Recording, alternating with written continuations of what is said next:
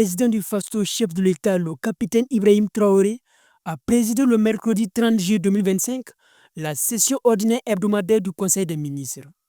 Plusieurs dossiers inscrits à l'ordre du jour ont été examinés par l'exécutif, aboutissant à des décisions majeures pour la conduite des affaires nationales.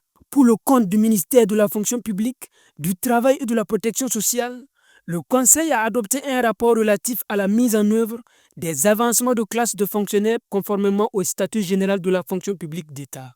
Le ministre Mathias Traoré rappelle que le fonctionnaire, quelle que soit sa catégorie ou son échelle, est classé soit en première, deuxième et troisième classe. Le fonctionnaire en première classe qui effectue 10 années de service et obtient une moyenne d'évaluation de 8 sur 10 passe en deuxième classe. Le fonctionnaire en deuxième classe qui effectue 8 années de service et obtient au moins une moyenne de 8 sur 10 passe en deuxième classe. À ce titre, nous avons au moins 36 700 agents qui doivent passer de la deuxième classe à la troisième classe et environ 36 000 qui doivent passer de la première classe en deuxième classe, pour un coût global d'environ 9 700 millions. Le Conseil, au regard des sacrifices consentis par l'agent des fonctionnaires dans le cadre de la lutte contre le terrorisme, a instruit le ministre de la fonction publique, du travail et de la protection sociale de procéder à la régularisation de cette dette sociale. Au titre du ministère de la Communication, de la Culture, des Arts et du Tourisme, le Conseil a adopté 3 rapports.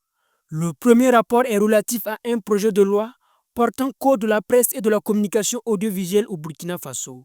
Selon le ministre chargé de la communication, Pègre Wende Gilbert Ouedraogo, l'objectif de ce projet de loi est de fondre l'ensemble des lois existantes sur la presse écrite, la presse en ligne et la radiodiffusion sonore et télévisuelle en un code unique. Le projet de loi permettra, entre autres, de définir désormais les statuts du journaliste professionnel et du technicien professionnel de presse. Il permettra également de définir le statut et le mode de financement des entreprises de presse, d'interdire la concentration économique dans les médias afin donc d'éviter toute situation de monopole ou d'influence au niveau des médias.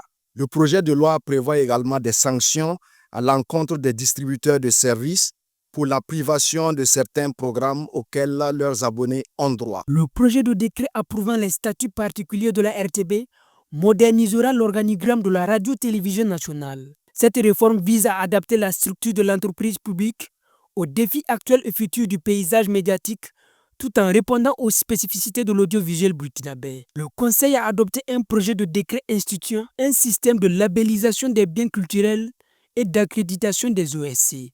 Ce dispositif opérationnalise la loi du 8 août 2023 sur la protection et la valorisation du patrimoine culturel national. Sobre Web TV, la Web TV au-delà de vos attentes.